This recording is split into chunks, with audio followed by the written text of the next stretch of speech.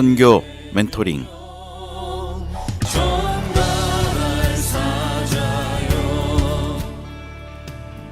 그러나 나의 나된 것은 하나님의 은혜로 된 것이니 내게 주신 그의 은혜가 헛되지 아니하여 내가 모든 사도보다 더 많이 수고하였으나 내가 아니요 오직 나와 함께 하신 하나님의 은혜로라. 오늘도 선교지에서 수고하시는 우리 선교사님들 주님의 이름으로 문안드립니다. 저희들이 이 선교지에서 들려오는 소식은 정말 선교지의 그 어려운 형편과 동시에 선교사님들의 어려운 형편들을 저희가 자주 접하면서 기도하지 않으면 정말 안 된다는 그런 절박한 그런 마음들을 갖게 됩니다. 최근에 케냐의 그 테러 사건도 그렇고 또 일반적으로 모든 선교사님들의 선교지 현장이 갈수록 어려워지는 그런 일들을 저희가 보고 있습니다. 자, 오늘은 우리 이런 일선에 나가 계셔서 정말 수고하고 계시고 또 어려움 가운데 계시는 우리 선교사님들을 우리 귀한 선교계 멘토들을 모시고 또 멘토링을 받는 또 그런 시간을 갖게 되었습니다. 그래서 오늘은 우리 김종국 선교사님 스튜디오에 모셨습니다. 우리 선교계 멘토 중에 한 분이시고 또 인도네시아에서 사역하시는데요. 오늘은 우리 귀한 선교사님 이렇게 모실 수 있는 시간이 되었습니다. 선교사님 안녕하세요. 예, 반갑습니다. 네, 선교사님 제가 간단하게 우리 인도네시아의 말씀만 드렸는데요. 좀 선교사님 소개를 좀 해주시면 감사하겠습니다. 예, 부족한 사람을 하나님께서 일찍이 불러서 선교사로 준비시키시고 1983년부터 올해가 만 30년 되죠. 저는 부족했지만 하나님께서 또 부족한 도구를 사용하셔서 지금까지 또 에베네셀 되신 하나님으로 또 신실하게 인도하신 그 좋으신 하나님을 고백하고 싶네요. 예. 네, 선교사님 저는 좀 더 제가 우리 선교사님에 대해서 아는 면이 좀 있는데 그런 말씀을 안 해주셔서 제가 천상 좀 소개를 올려야 되겠습니다. 네, 우리 선교사님은 지금 인도네시아 현존하시는 선교사님 중에 제가 알기로는 1호 선교사님으로 좀 계속 봉사하시고요. 네, 선교가 지금 이제 30년째 선교하시고 또 우리 고신 측에서 최선임 선교사님으로 또 계속 현장을 떠나지 않고 섬기시고 계시고 또 동시에 여러 일들이 많이 하시는데 우리 2만 5천여 명 그 모임인 KWMF 우리 선교사 그 회장님의 한 분으로 지금 또 섬기시고 계십니다. 그리고 인도네시아에서도 실제로 이제 정말 영향력 있는 그 선교 사역을 하시는 분들이 계시지만 그 중에서도 아주 단연코 정말 귀한 우리 인도네시아 교계의 그 선교를 정말 많이 돕고 계시는 그런 귀한 또 사역을 하고 계십니다.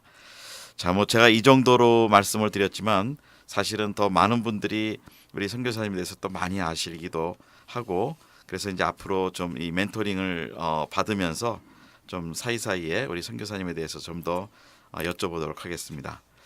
자, 선교사님 지금 선교지에 계시는 시간이 한 세대 30년이 되셨는데요. 어떻게 그 시간이 어떻게 빨리 가셨다고 보시는지요? 아니면 좀 시간이 많이 걸렸다고 보시는지요?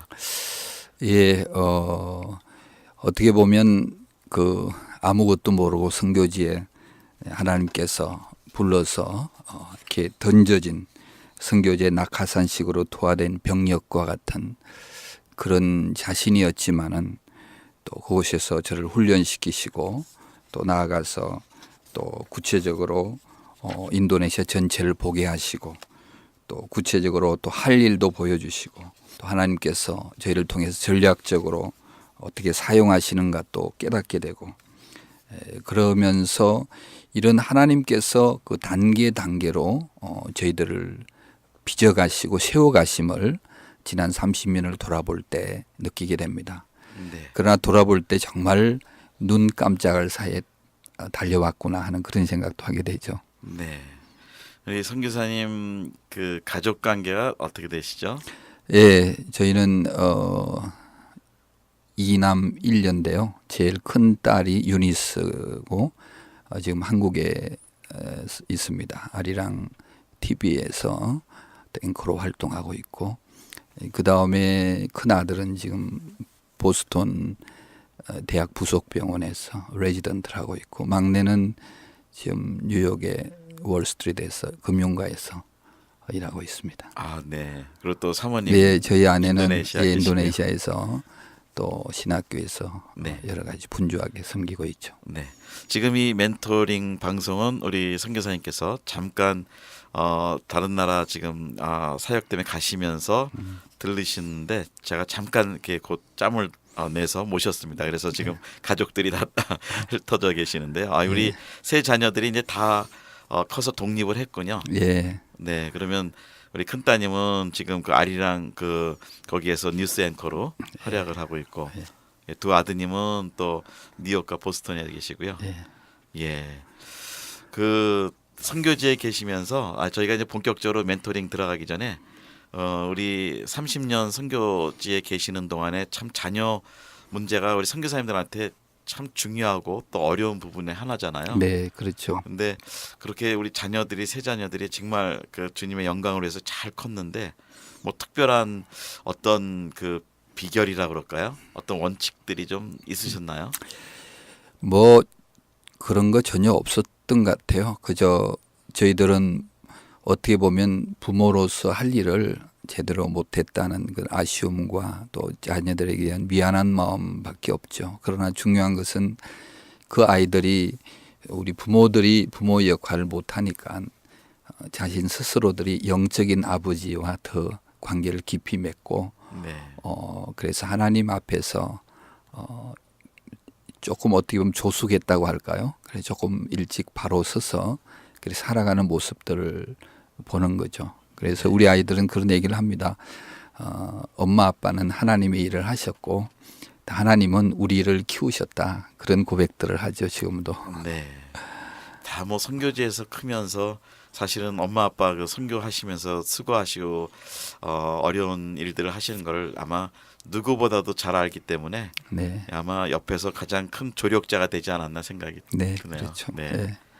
그리고 우리 선교사님께서는 또 그 전에 건축을 전공하셨었는데 또 한편에는 우리 선교사님에 대한 뭐 닉네임이라 그럴까요? 뭐 그 영혼의 건축가라고 이렇게 사람들이 또 불러 드리는 것도 있는데 어떻게 지금 그 일반 사회에서는 그 실제 눈에 보이는 건물을 건축하셨는데 요즘은 또 정말 나라에 특히 인도네시아의 그 리더들을 지금 세우고 계시는데요. 어떻게 생각하시나요? 건축을 전공하셨지만 그 어떻게 후회가 없으신가요? 선교사님 되신 게요? 예, 사실 제가 대학을 졸업하고 삼성그룹에 입사를 했습니다. 그래서 당시 태양열 지별판 연구하는 그런 부분 좀 더 연구하기 위해서 미국에 있는 대학에 이제 삼성의 스칼라십으로 유학을 갈 준비를 다 하고 있었는데 하나님께서 제 마음 가운데 자꾸 그런 생각을 주시고 질문을 하시는 것 같아요.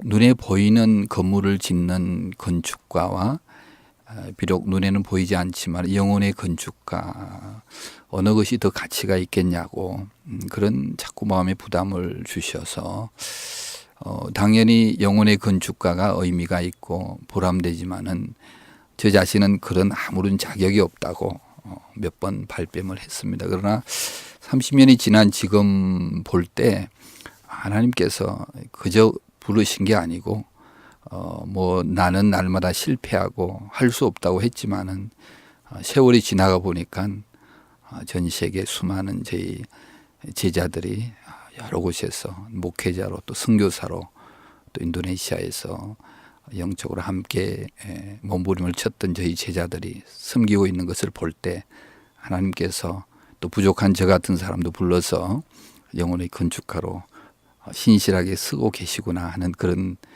감사한 마음이 있죠. 네. 그런데 이제 선교사님 지금 인도네시아에서 30년을 사신 거잖아요. 네. 그 인도네시아가 저도 이렇게 여러 번 방문을 뭐 단기 선교도 있고 그래서 방문을 좀 해봤지만 갈 때마다 너무 습하고 덥고 그 좀 방문객한테는 사실은 기후부터 좀 편하지가 않았어요. 솔직한 네. 말씀으로. 네. 근데 거기서 그렇게 계시고 또 아직도 사실 모슬렘이 세계에서 최대의 인구가 있는 나라고 네. 영적으로도 쉽지 않은 곳인데 그 30년을 보내시게 됐는데 정말 아주 장기적인 삶으로 선교를 하셨는데요. 우리 선교사님들한테 좀 이제 멘토로서 그 한 나라에 그렇게 30년 뭐 이제 앞으로도 더 가실 거지만 어떻게 하면은 그렇게 오래 견딜 수 있는지 또 어떤 마음으로 그렇게 지금까지 계시게 되는지 그 장기적으로 좀 선교제에 있는 어떤 선교사님만이 가지고 계시는 철학이나 그런 것들이 있으실 것 같아요. 뭐 그런 거는 없고요. 그저 하나님의 은혜다 그렇게 얘기할 수 있죠. 물론 지난 30년을 돌아볼 때 그 많은 위기의 시간도 있고 이제 내가 선교지를 떠나야 되지 않나 이런 극한적인 상황도 몇 차례 있었습니다. 그러나 그때그때마다 또 하나님께서 직접 개입하시고 어떻게 보면 참 기적과 같은 그런 하나님께서 드라이빙 하시는 그런 경험도 했습니다. 근데 이제 시간이 지나면서 사실은 그 1998년, 7년, 8년에 인도네시아에 큰 폭동들이 있었습니다. 네. 그때 인도네시아 사람들이 많이 인도네시아를 특히 화교들이 인도네시아를 떠나서 싱가포르, 뭐 미국, 호주 이런 데로 이민을 갈 그때 하나님께서 그 폭동을 현장을 바라보면서 그런 마음을 주시더라고요. 내가 이들과 정말 위로하면서 내가 할 수 있는 게 있다면 뭔가. 그래서 하나님 정말 이들의 반려자로 평생 같이 살게 원하시면 제게 인도네시아 국적을 허락해 주십시오. 그래서 그때 한국 국적을 포기하고 네. 이제 인도네시아 국적을 가지게 되고 나서부터는 제 마음 가운데 여기가 이제는 이 땅에서의 나의 모국이구나 하는 그런 생각을 하니까 뭐 더운 것도 뭐 힘든 것도 힘든 게 아니고 훨씬 더 익숙하게 살아가고 있습니다. 네. 근데 지금 말씀 중에 제가 또 감동이 되는 부분이 우리 일반적으로 이민 그러면은 더 우리보다 좋은 나라, 편하고 좋은 나라로 가서 시민권을 얻는 게 이민의 또 목표이기도 한데 어떻게 한국보다 훨씬 사실은 일반적으로 비교해 볼 때 좀 못한 나라인데요. 여러 가지로 열악한 환경인데 그렇게 한국 시민권이 아닌 인도네시아 시민으로 살아가시기로 할 결단을 하셨는데요. 제가 알기로는 그런 선교사님들이 많이 안 계신 거로 알거든요. 글쎄 그것도 하나님의 은혜인 것 같아요. 그래서 저는 인도네시아 시민권을 가지고 지금 사역하면서 굉장한 어떻게 보면 복을 누리고 있다고 생각이 되는데요.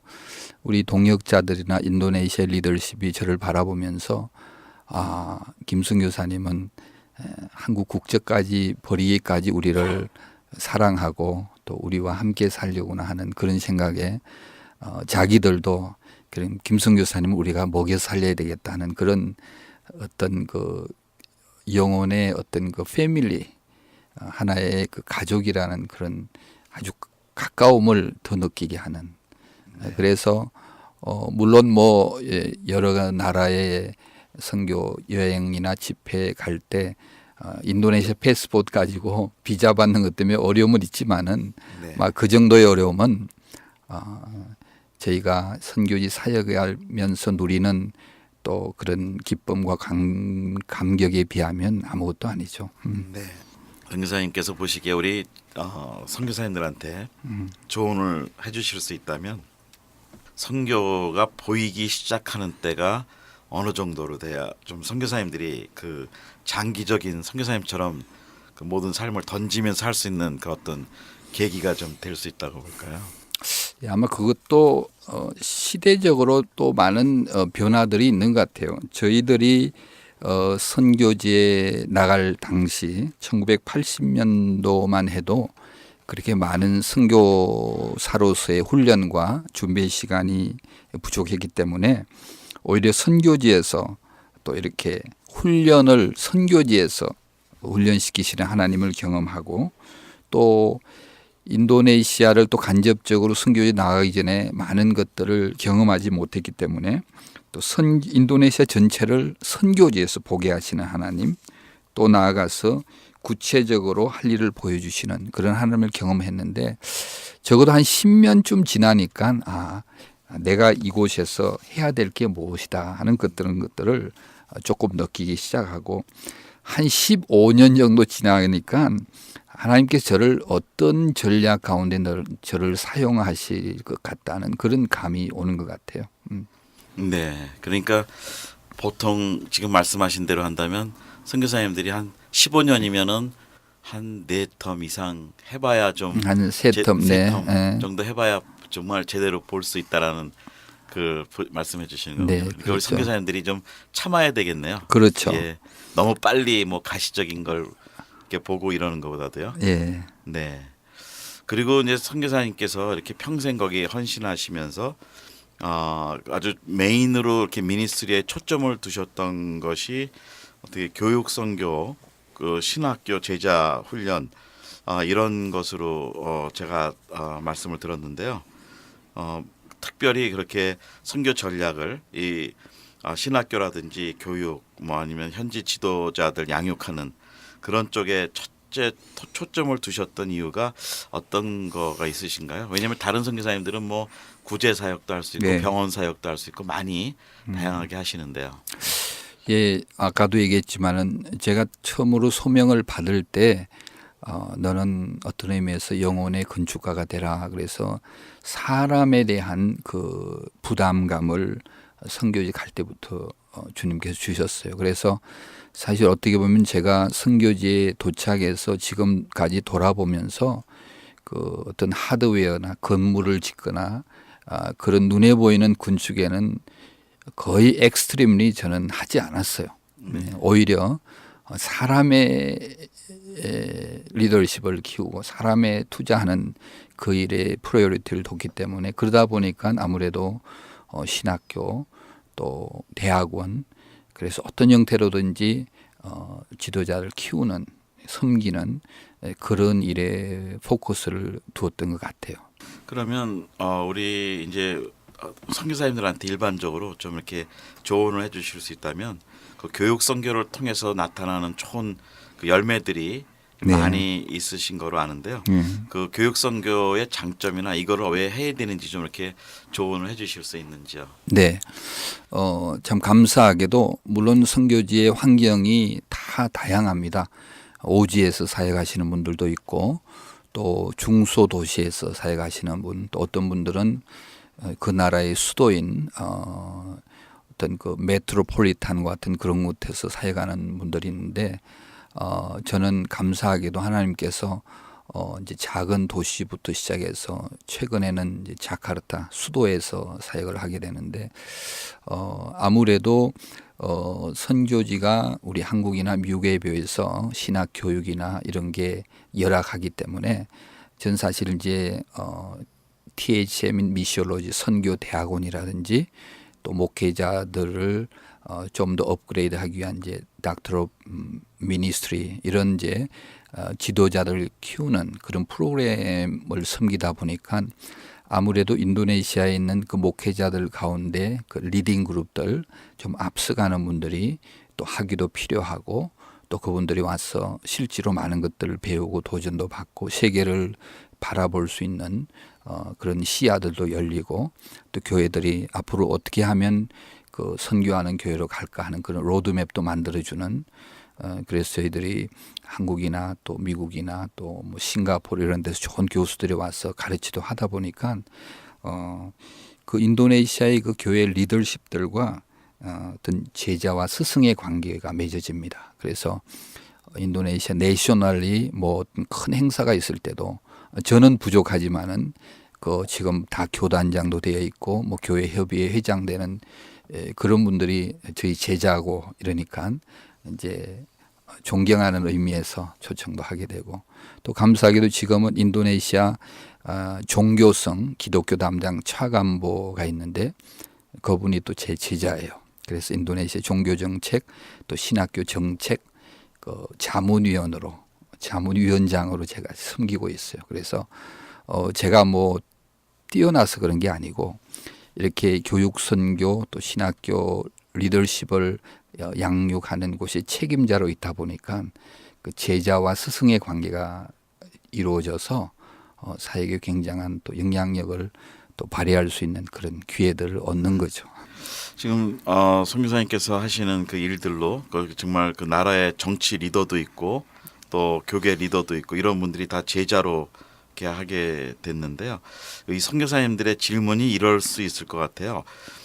우리 선교사님은 이제 제가 우리 개인적으로 알지만 우리 선교사님은 사실은 미국에서 선교학 박사 다 영어로 공부하시고 학위가 있으셔서 이런 일들을 준비하실 수 있었고 이제 또 이렇게 신분 위주의 사회에서는 뭐 인도네시아가 신분주의 사회에 있죠. 그렇죠. 네, 근데 목사님 같이 이 닥터 되신 분들은 쉽게 접근하는데 우리 선교사님들한테 조언을 주신다면 이렇게 좋은 사역을 만들기 위해서는 본인의 그 어떤 준비도 필요하잖아요. 그러면 네. 공부하는 부분에 대해서 어떻게 선교사님 좀 조언을 해주실 수 있나요? 예, 뭐 우리가 평생 배워야죠. 물론 이제 그 교육을 포멀하게 뭐 학위를 하는 공부도 있겠고 또 셀프 스터디로 이렇게 끊임없이 남의 경험이나 남의 좋은 그런 철학들을 배우는 공부하는 자세가 필요하죠.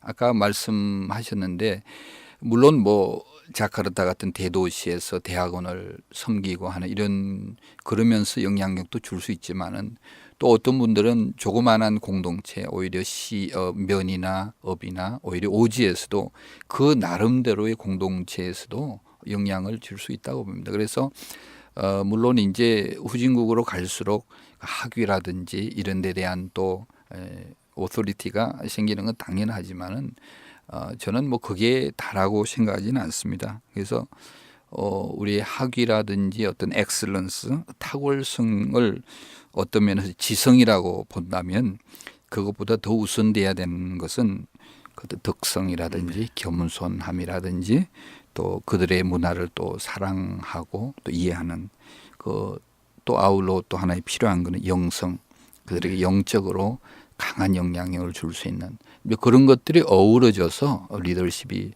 발휘되지 않나 그렇게 생각합니다. 네. 예. 그러면 선교사님들이 그런 뭐 덕성, 지성, 영성 이런 것들을 끊임없이 개발을 하시고 이제 셀프 스터디라는 표현도 쓰셨는데 네. 우리 선교사님들이 기본적으로 사역에만 이렇게 집중하고 있다 보면 자기 개발하는 게 좀 약해질 수가 있잖아요. 그렇죠. 예, 그러면은 우리 또 선임 선교사님으로서 우리 선교사님들한테 좀 조언을 좀 구체적으로 좀 팁을 주실 수 있다면 뭐 안식년을 잘 사용하는 네. 거라든지 예. 예, 뭐 자기 개발을 위해서 어떻게 좀 노력을 해야 될까요? 왜냐하면 네. 지역 파송교회에서는 사역 현장에 더 많이 남아주기를 원하는데 선교사님들이 나와서 잠깐 안식년 하면서 네. 자기 개발하고 그래야 되는데 좀 우리 선교사님들이 결단이 좀 필요할 것 같아요. 네. 예, 그래서 저는 요즘 저희 후배 선교사들 동역하는 팀들 선교사들에게 그런 얘기를 많이 해요. 우리가 뭐 좀 죄송하지만은 이제 미국이나 제가 미국에서 공부했기 때문에 이런 얘기가 좀 잘 이해가 되지 않을 수도 있지만은 지나 보고 나니까 꼭 미국이나 유럽이나 이런 데 가서 선교학이나 신학을 공부하고 와야 될 필요는 없겠다. 그래서 저는 오히려 우리 현지 선교사들에게도 현지에도 도시에 가면 또 공부할 수 있는 그런 학위 과정들도 있고 저희도 목회학 박사과정에 우리 한국 선교사 같이 공부하는데 너무 좋아요. 네. 그러면서 현지 리더십 목회자들하고 또 교류도 하고 네. 또 초청도 받고 그래서 결국 선교지에서 우리가 뭐 위대한 학자로서 남는 특별한 사람들 제외하고는 선교지에서 공부도 하고 또 업그레이드하는 그게 오히려 훨씬 더 사역에는 도움이 되지 않겠나 그런 네. 생각을 좀 해봅니다. 예. 아, 굉장히 또 새로운 예. 그 조언을 해주셨네. 네. 현지에서 네. 하는 거. 근데 저희 한국 사람 같은 경우는 그 좀 이왕이면은 이름 있고 좋은 데서 하기를 원하는데 그렇죠. 선교사님 30년 하시다 보니까 예. 이제 그게 하나의 또 좋은 예, 방향도 예. 또 보여주셨네요. 예. 네. 그러고 아까 말씀하신 것 중에 그 큰 그림 중에 로드맵이라는 좀 그 내용을 언급해 주셨는데요. 네. 그 현지 교회가 선교하는 교회로 자립하고 클 수 있는 큰 로드맵을 말씀해 주셨는데 네. 선교사님은 지금 그 현지 교회들을 이 로드맵을 어떻게 그려주고 계시는지요? 네. 예, 이제 인도네시아의 좀 역사적인 배경을 조금 설명을 할 필요가 있는데요. 사실 인도네시아의 기독교 역사는 400년이 넘었습니다.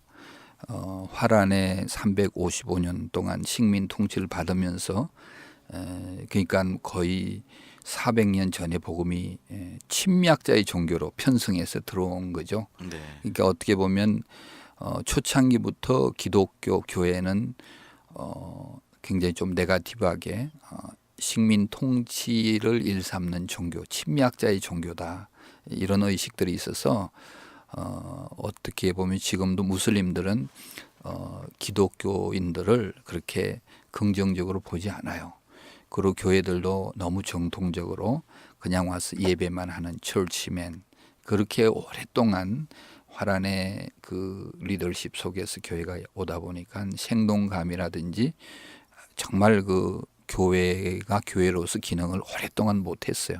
그래도 감사한 거는 최근 한 20, 30년 동안에 여러 가지 폭동이라든지 또 그런 핍박들 속에서 교회들이 이제 깨어나고 또 성령의 강력한 역사들을 통해서 인도네시아 교회가 지금은 세계 몇 나라 되지 않은 그 부흥의 나라로 손이 꼽히고 있습니다.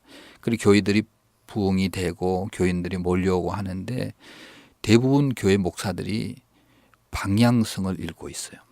교회를 크게 짓고 한국처럼 교회당 짓고 교육관 짓고 그런 과시적인 걸 다 하고 나서는 그 넥스트 스텝을 보지 못해요. 그래서 제가 한 25년 전부터 인도네시아 교회에 부르짖은 것은 인도네시아 교회가 16억의 무슬림들을 향해서 하나님의 블레싱의 영적 도구로 쓰기를 원하신다.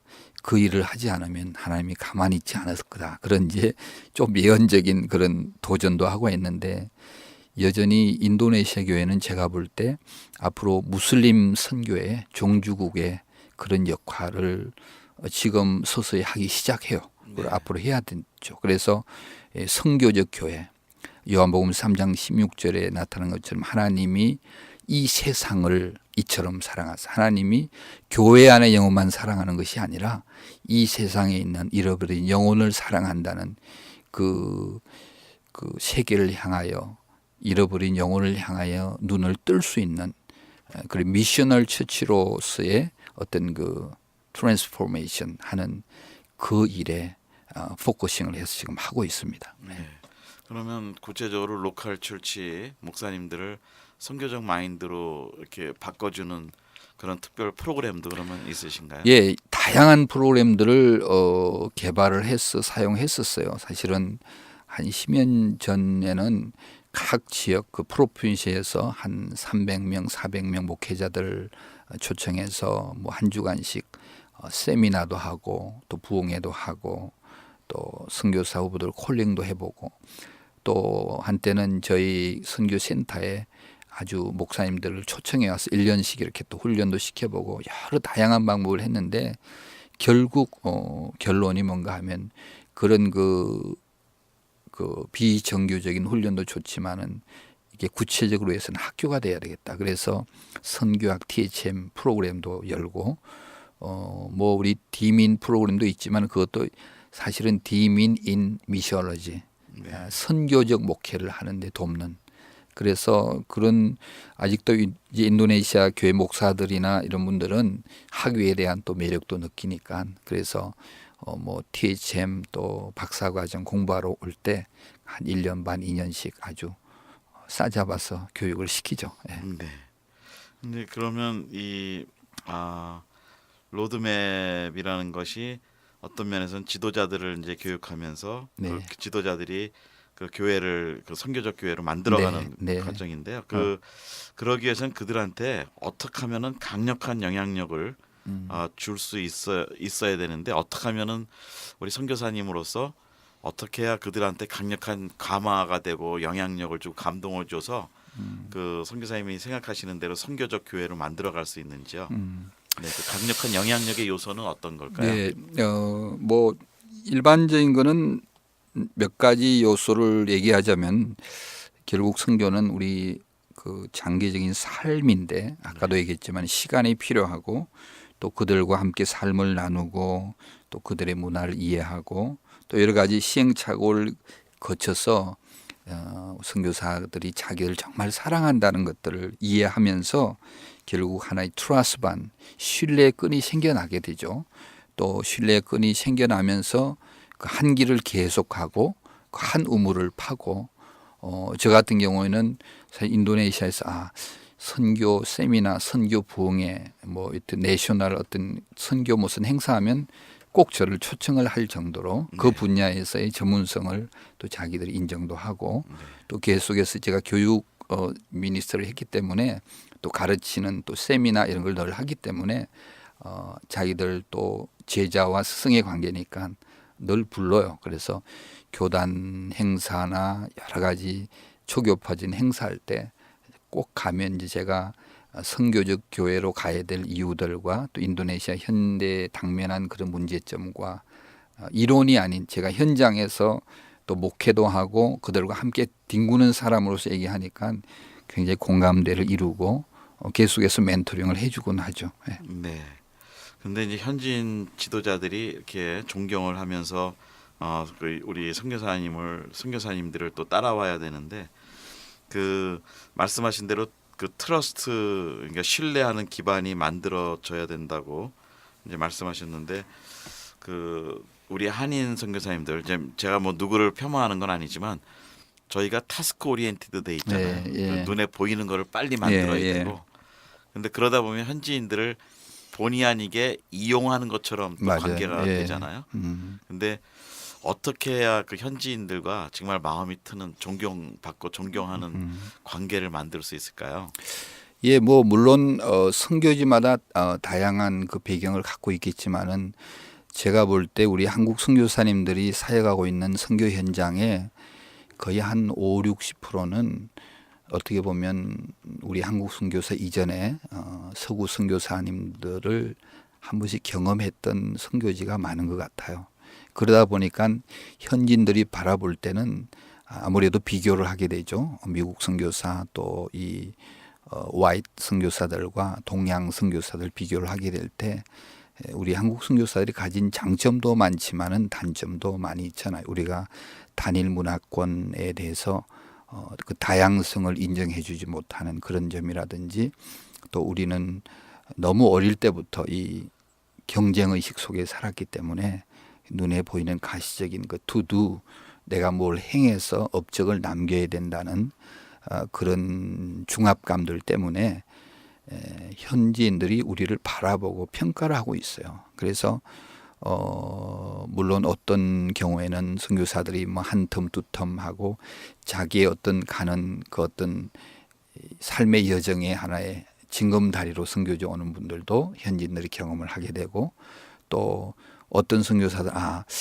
우리를 이용하려는구나 그 뭐 어려운 지역에 가 사진이나 찍어서 가는 그런 경험도 여러 가지 경험을 하다 보니까 선교지의 리더십들이 선교사를 그냥 100% 그냥 오픈하고 받아들이지는 않아요. 그래서 시간이 걸리고 그러다 보니까 한국 선교사는 서구 선교사에 비해서 굉장히 좀 조급하고 빨리 뭔가 경쟁 속에서 뭐 열매를 맺어야 되고 또 참 안타깝게도 파송한 교회도 그러고 현지에 있는 선교사들끼리 자꾸 마찰도 생기고 그러다 보니까 그렇게 신뢰하고 그러기가 쉽지 않죠. 그래서 뭐 저희들도 그런 많은 시행착오와 아픔의 시간들을 겪어가면서 저 같은 경우는 한 20 20년에서 25년쯤 지나니까 여유가 생기더라고요. 네. 그들을 어떤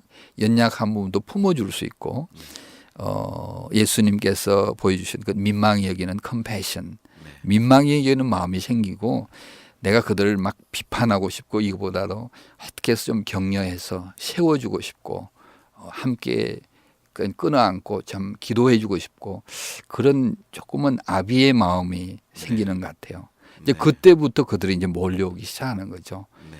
그래서 뭐 멘토를 한다, 뭐 그들에게 리더십을 발휘한다는 거는 인위적이고 뭐 전략적으로 계산을 하고 공부를 해서 하는 게 아니라 하나님의 시간이 되면 하나님께서 우리에게 그런 많은 아픔과 또 그런 시행착오를 겪어서 성숙된 마음을 주는 게 아닌가 그렇게 생각합니다. 네. 그 요즘 나오는 그 우리 선교계 화두 중에 하나가 출구 전략이라는 네. 요즘 뭐 또 얘기들이 나오는데요.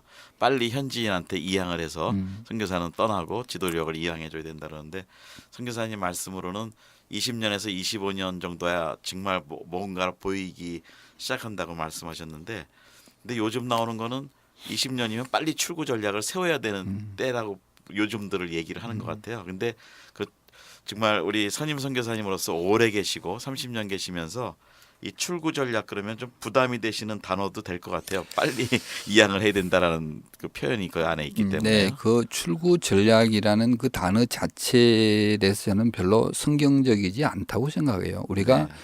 전략이라는 단어는 물론 우리가 일반 경제학이라든지 아니면 정치적인 용어를 빌려 쓰긴 하지만은 전략이라는 것보다는 예수님께서 하셨던 또 보여주셨던 또 나아가서 바울이 보여주셨던 우리의 신앙의 선배들이 보여주셨던 그 방법 그 원리를 가지고 현재 상황에 맞게 사는 거죠. 그래서 사실 저도 한 20년 지났을 때 위기가 왔어요. 하나님 이제 내가 할 일은 거의 다 한 것 같은데 뭐 한국에서 대학에서 오라고도 하고 여러 가지 그럴 때 좀 고민을 했었는데 물론 이제 사역에 따라서 이양을 하고 또 다른 사역을 주님께서 맡기시는 그런 걸 저는 경험했어요. 저희들이 이제 인도네시아 복음 장로 교단을 시작을 하고 2010년에 제가 이제 교단장의 역할을 현지 저희 제자에게 이제 이양을 했어요. 그래서 인도네시아 복음 장로 교단은 현진 리더십에 이양을 하고 저는 좀 어드바이스와 같은 그런 역할하고 저는 이제 신학대학과 대학원만 이제 올인을 하는데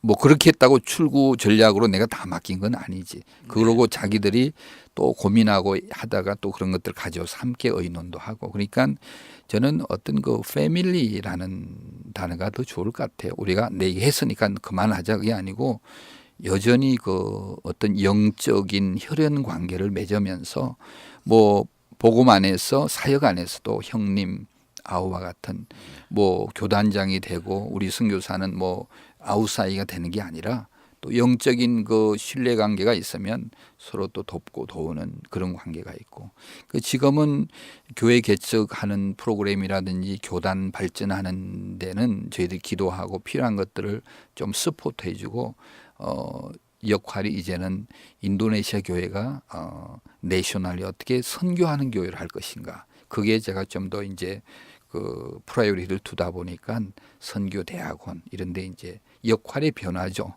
네. 그렇다고 내가 뭐 인도네시아 선교지를 떠나는 것이 아니고 그 선교지 안에서 역할의 변화라고 하나 할까요? 그러니까 저는 요즘도 그런 생각을 합니다. 결국 한 우물을 평생 파는 것이 하나님 기뻐하시지 않을까. 네. 그리고 그동안 하나님께 주신 경험들과 노하우들을 그런 엑기스들을 이제야 비로소 영향력으로 발휘할 때가 되지 않았나. 그런 생각을 해봅니다. 네. 그 인도네시아가 그 성장하고 그런 과정을 한 세대를 지금 같이 쭉 옆에 계시면서 또 사역을 통해서 섬기면서 지금 이제 왔는데 지금 인도네시아 교회의 조금 요거는 이제 뭐 멘토링보다는 현상을 좀 한번 알고 싶어서 말씀을 드리는 건데요. 네. 여쭤보는 건데 그 현재 인도네시아 교회가 가지고 있는 선교적 가능성, 어떤 포텐셜은 어떻게 보시는지요? 사실 제가 한 25년 전부터 외쳤던 것은 인도네시아 교회는 선교하는 교회가 되어야 된다는 것을 외롭게 한 25년 동안 외쳤어요. 근데 거의 한 15년 가까이는 별 반응이 없었어요. 근데 최근 10년 정도 사이에 이제 놀라운 변화들이 일어나고 있습니다. 그래서 인도네시아 교회를 하나님께서 인도네시아 교회를 축복해 준다는 걸 본인들도 느껴요. 그러니까 왜 하나님께서 축복을 해 주실까 하는 그 퀘스천의 대답으로서 인도네시아 교회가 앞으로 세계 선교를 위해서 하나님께서 특히 무슬림권의 선교를 위해서 쓰시길 원한다는 강력한 도전들 속에서 인도네시아 교회들이 지금 선교를 시작하고 있습니다. 저희들도 이바다라는 현지 선교 단체를 만들어서 지금 8명의 선교사를 파송하고 지금 안식년으로 들어와서도 있는데 뭐 예멘이라든지 요르단, 네.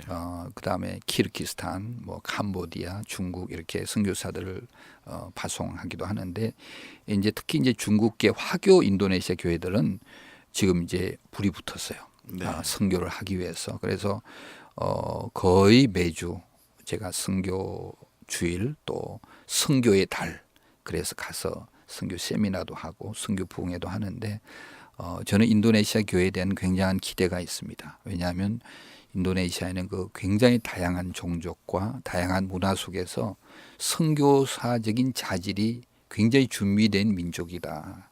특별히 거의 한 85%가 무슬림들이 사는 소사이어티에서 훈련을 받았기 때문에 그분들은 무슬림 국가의 선교사로 가면 문화적인 이질감을 거의 느끼지 않은 네. 잘 준비된 민족성이라고 봅니다. 그래서 마지막 선교의 그 종주국으로 특히 무슬림의 종주국으로 하나님께서 지금 쓰시고 계시고 그 일을 위해서 저희들 아직도 인도네시아에서 섬기기를 원하지 않나 그렇게 생각합니다. 네.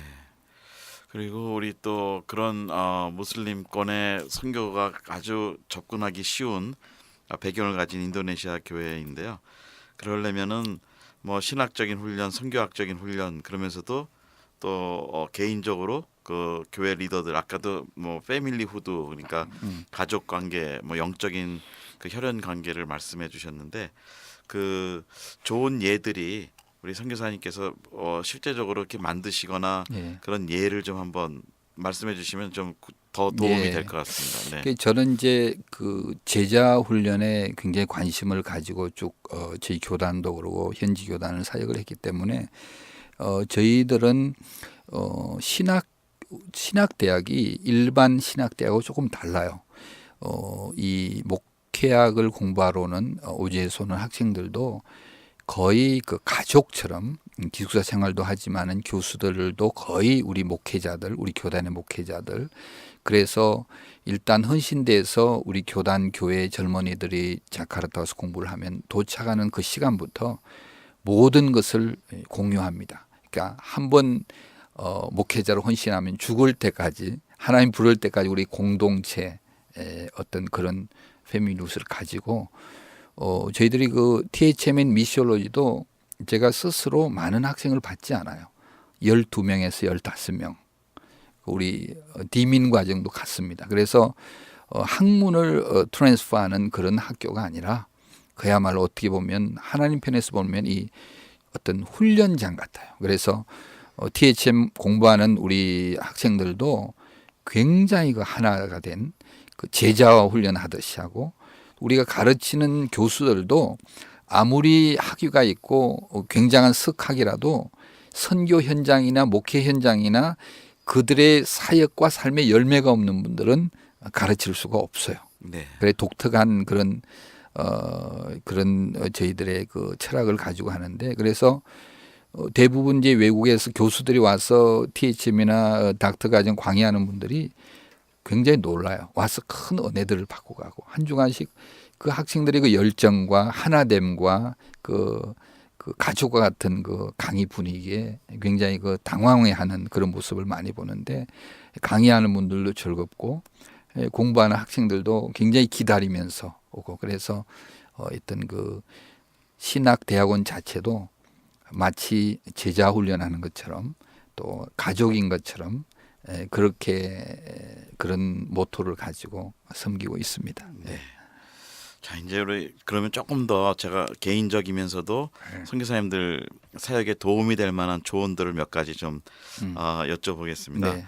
우리 선교사님들이 그 오래 계실수록 현지 말을 이제 점점 잘하게 되시는데 네. 선교사님께서는 제가 알기로는 정말 인도네시아 분처럼 말씀을 하시는 거로 제가 알고 있는데요. 특별히 언어 훈련이나 그런 부분에 있어서 우리 선교사님들이 잘할 수 있는 어떤 좋은 팁을 좀 주실 수 있다면 어떤 게 있을까요? 네, 사실 뭐 제가 언어를 스스로 잘한다고 생각하지는 않아요. 단지 저희들이 처음 선교지 왔을 때는 한국 교회 리더십들의 이해가 뭐 서구 선교사처럼 뭐 어디 학교 가서 돈 내고 공부하고 그런 걸 인정하지 않을 때였어요. 그래서 사실 저는 처음에 와서 시장에 가서 그냥 단어 몇 개 외워서 실습도 하고 그래서 지금도 나는 시장 언어다 이런 내가 표현도 하고 그리고 정식으로 저는 뭐 어느 학교에 가서 공부한 적이 없었어요. 단지 감사하게도 제가 이제 쭉 신학교에서 티칭을 하다 보니까 이제 어쩔 수 없이 강의하는 언어가 되니까 이제 스스로 좀 노력을 했죠. 그랬고 요즘은 저희 후배 동력 팀 선교사들 오면 제가 아주 강력하게 오면 인도네시아의 국립대학에 있어 인도네시아 대학에서 1년 내지 1년 반 동안 고3처럼 네. 그 공부를 합니다. 너무너무 힘들어요. 그 뭐 어떤 학생들은 관학도 하고 이런데 다행히 우리 팀에는 그런 분들은 없는데 정말 1년에서 1년 반 동안 공부를 뭐 한 학기에 1,200불씩 이렇게 주고 공부를 하는데 그렇게 1년 내지 1년 반 공부를 하고 이제 설교도 시켜보고 하면요. 달라요. 언어도 참 잘하는데 그래서 저는 그런 표현을 해요. 너희들이 인도네시아 언어, 선교지 언어를 빨리 하고 잘하는 거는 너희들이 현지인들을 사랑하는 사랑의 지수와 언어 능력의 지수는 비례한다. 네. 뭐 좀 죄송한 얘기입니다만은 언어가 안 되는 분들은 물량 공세를 하고 네. 돈을 가져와서 그런 걸로 하다 보니까 생명력을 잃어버리죠. 그러니까 물질적으로 도와주는 게 끊어지면 그걸로 끝이에요. 네. 그러나 이제 감사하게도 저희 교단은 별로 지원을 많이 받는 물질이 풍부한 교단이 아니니까 살아남기 위해서라도 언어를 더 해야 되고 네. 돈이 들지 않는 사역을 하다 보니까 그러기 하기 위해서는 이제 사람 키우는 일이라든지 또 언어의 탁월성을 강조하죠. 그래서 저희 인도네시아 같은 경우에는 저희 팀이나 저희 교단 출신 선교사들이 언어를 타교단보다는 좀 더 잘한다는 네. 그런 평을 받고 해서 참 감사하게 생각하죠. 네. 그러니까 처음에 힘들어도 하여튼 체계적으로 예. 선교사님 경우에 초창기에 나가셨으니까 그렇죠. 뭐 그게 가이드라인이 우리 교계 자체도 없었으니까 예. 그냥 배우셨지만 이제부터는 좀 체계적으로 배우라는 그렇죠. 말씀이시군요. 예. 그래서 한 네. 1년 내지 1년 반은 가능하면 한국 신문이나 한국 방송도 듣지 못하고 안 하게 하고 네. 언어만 하죠. 그리고 저희 팀 가운데는 그런 힘든 일도 있었어요. 한 분이 어린이 사역을 참 잘하는 분이 오셨는데 자카르타는 어느 한인교회에서 이분을 스카우트해서 네. 주말만이라도 언어 공부하지는 좀 섬겨달라고 해서 제가 조금 좀 야박하게 놓으라고 그랬어요. 네. 이분은 지금 랭귀지 지금 배우는 과정이니까 한국 교회 가서 섬기면 언어에 많은 혼돈이 있다. 그래서 네. 네. 굉장히 섭섭한 일도 있었는데 네. 하여튼 뭐 그래서 해서라도 언어에 집중할 수 있는 그런 그 강조를 하고 있습니다. 네. 그리고 이제 이렇게 언어를 하셔야 사실은 아까 말씀하신 지도자 훈련들이나 이런 게 반딩이나 뭐 네. 패밀리 후드나 네. 이런 게 되시잖아요. 네. 그래서 제가 그 멘토링 쪽으로 한번 여쭤본 거고요.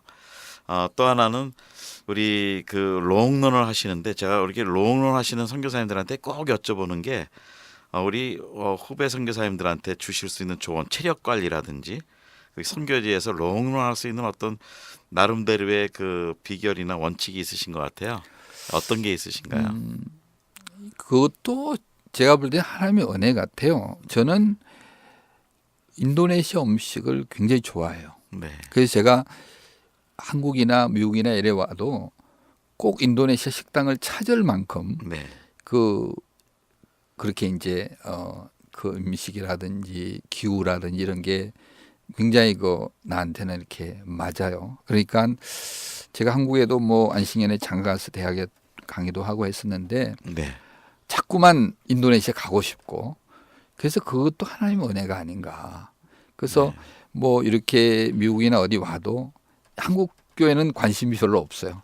인도네시아 교회들 찾고 네. 또 제 제자들이 하는 목회하는 데 가서 또 좀 격려하고 싶고 오히려 그러니까 그것도 하나님 주시는 마음이지 않겠나 그런 네. 생각을 합니다. 네. 그래서 그저 인도네시아 사람들을 만나고 그들과 같이 있으면 좀 죄송한 말입니다. 한국 분들을 하고 있는 것보다는 훨씬 더 부담이 적은 네. 또 편하시다는 예, 말씀이시네요.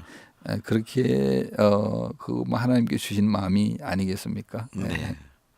근데 이제 선교사님한테 제일 보람이 있으신 거는 이제 현지인 교회가 선교하는 교회로 변화되고 네. 말씀하신 대로 현지인들이 선교사가 돼서 복음을 들고 나가는 예. 이제 그런 단계가 돼 있는데요.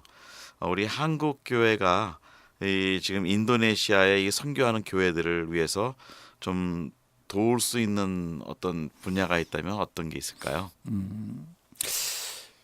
저는 뭐 평소에도 그런 얘기를 많이 합니다마는 한국 교회가 이 교회 성장이나 교회 어떤 미니스트리에 대한 소프트웨어가 세계 어느 나라보다 개발된 나라라고 봅니다. 여러 다양한 분야에서 예를 들어서 기도 운동이라든지 기도의 세미나라든지 뭐 제자 훈련이라든지 아니면 뭐 심지어는 뭐 주일학교 어떤 훈련이라든지 청소년 교육이라든지 그런 아주 세분화된 전문화된 그런 그 영역의 그런 그 소프트웨어가 어느 나라보다 많아요. 네. 그리고 오히려 미국에서 그런 소프트웨어를 가져오는 것보다는 한국의 소프트웨어가 이 동남아시아 지역에는 훨씬 더 맞는 것 같아요. 그래서 제가 바라는 거는 한국 교회가 그냥 뭐 선교사들 많이 내보내려는 것보다는 선교제 정말 꼭 필요한 그런 전문가들을 요즘 뭐 비거주 선교사도 있고 하잖아요. 그래서 예를 들어서 그분이 어린이 사역에 특별한 전문성을 가지고 있고 또 사역의 현장도 있는 그런 분들이 팀이 나와서 일주일이나 2주일씩 그래서 지금 나와 있는 선교 현장만이라도 네트워킹을 해서 가서 도운다면 굉장히 부유하게 할 수 있지 않나. 물론 이제 사역의 형태에 따라 다르지만은 이 나라의 수도라든지 또 나라의 그 성장하는 교회들이 있는 지역에는 어떻게 보면 필요한 물질보다도 돈보다 더 필요한 거는 그런 전문성을 가진 하나님의 종들이 많이 필요하거든요.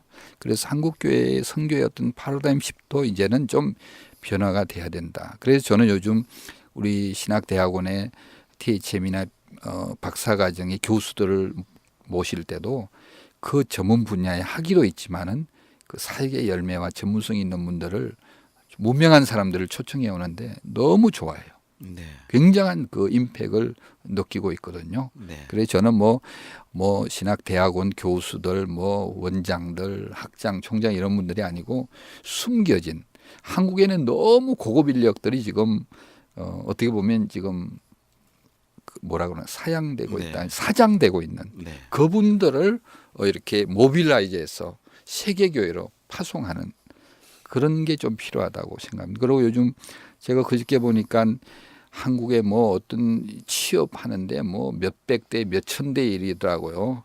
그 저는 이제 요즘도 생각하는 게 한국의 젊은이들이 뭐 고급 인력들 얼마나 그 공부도 많이 했는데 그 고급 인류 실업자들이 그렇게 많잖아요. 네. 그렇다면 그들 가운데 많은 사람이 크리스찬일 텐데 한국이라는 그 좁은 나라의 경쟁 그 어떤 고 노동력이 지금 이제 실업으로 이렇게 사장되고 있는데 그분들이 가운데 시장에 있는 분들이 세계를 품고 지금 현장에 나가 있는 선교사들을 가서 함께 동역하고 정말 하나님 나라 건설에 쓰여진다면 그야말로 한국 교회가 하나님 앞에 정말 귀하게 쓰임 받지 않는가. 이제는 꼭 목사 선교사야만 선교사라는 그런 시대도 지났고 이제는 전문성이 필요한 그런 시대가 아닌가. 그래서 요즘 뭐 빅뱀 같은 네. 그 여러 가지 이제 선교의 다양화가 일어나고 있는데 그런 좀 변화들에 대해서 우리 한국교회 목회자들이나 당회장들, 리더십들이 좀 민감할 필요가 있지 않나 그렇게 생각해 봅니다. 네. 그리고 또 하나는 이제 그런 전문성을 키우기 위해서는 현장 정보가 좀 많이 우리 한국교회 전달이 돼야 되는데요. 네. 지금까지는 파송한 교회 위주의 선교 정책들이 많이 네. 지금 뭐 30년을 회고해 본다면 이제 몰랐으니까 그랬겠지만 그 현장 중심보다는 파송교회나 그렇죠. 목회자의 선교관이나 방향 비전 가지고 나갔는데요. 그런 면에서 우리 다음 세대 목회자들과 또 다음 세대의 선교를 이끌어가기 위해서는 좀 어떻게 현장 중심의 선교를 또 실제로 지금 전 세계 우리 한인 2만 5천 명 선교사의 또 회장님이 한 분으로서 어떻게 좀 조언을 주실 수 있을까요? 현장 중심의 선교에 대해서요. 네, 요 최근에 와서 이 의식들이 좀 많이 바뀌고 있습니다. 근데 사실 몇 년 전까지만 해도 현장 선교사들은 여전히 현장 선교사로 모든 선교 정책이나 선교 운동가들은 샌딩 바디라든지 이제 한국에 실지 선교를 실무하는 분들이 상당한 그 영향력을 발휘했는데 최근 몇 년 동안에 이제 각 나라에서 사역이 어느 정도 셋업도 되고 또 공부도 학문도 하고 그 선교사의 참 필요와 또 그런 어려운 선교사를 돕고자 하는 그런 마음을 하나님께 주셔서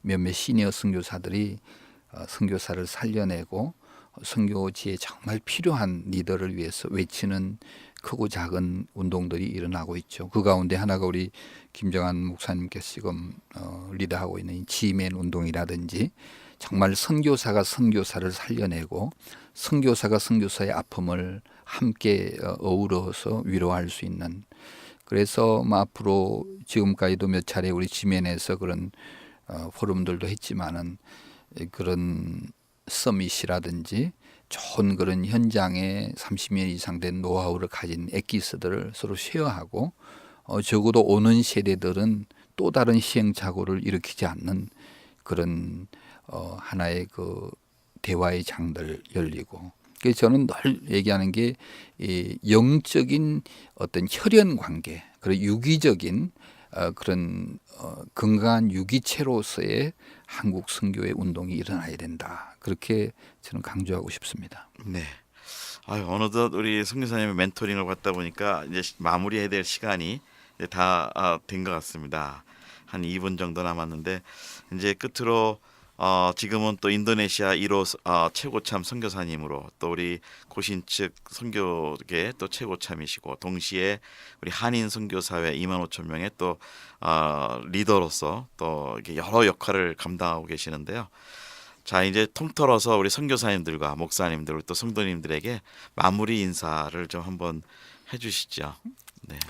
네, 그렇습니다. 저희들이 하나님의 이 원대한 그 세계 선교의 불림을 받았다는 그 자체가 참 영광스럽고 특별한 은혜를 받은 자라고 저는 생각을 합니다. 그래서 요즘은 이제 머지않은 날에 우리가 하나님 앞에 서야 될 텐데 정말 하나님 앞에 섰을 때 정말 착하고 충성된 종이라는 그 하나님의 그 인정에 대해서 많이 생각을 해보고 그러다 보니까 많이 삶이 좀 단순해지는 것 같다.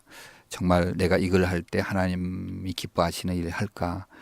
그런데 좀 초점이 가는 것 같아요. 그래서 저는 한국교회도 그러고 한국 선교사님들도 그러고 그 롤 모델이신 섬기로우신 예수님을 더 깊이 묵상하고 또 그 투두에보다 내가 뭘 하려는 사역의 열매보다는 to be 그 Christ like the person 예수님을 닮아가는 우리의 그 삶의 열매에 좀 더 프라이어리티를 두게 될 때 우리 선교사 자신도 살게 되고 또 우리의 살아있는 삶을 통해서 선교지 영혼들도 살려내고 그런 좀 운동이 필요하지 않을까 그렇게 생각해 봅니다. 네.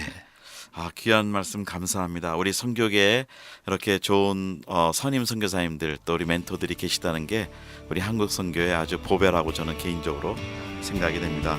오늘 멀리서 오신 우리 김종국 선교사님 모시고 우리 멘토링을 받는 시간이었습니다. 우리 선교사님들 1시간 동안 우리 나눈 말씀을 통해서 많은 힘과 격려가 되기를 주님의 이름으로 바랍니다. 선교사님 수고하셨습니다. 네, 고맙습니다. 네. 진행의 김정한 선교사였습니다.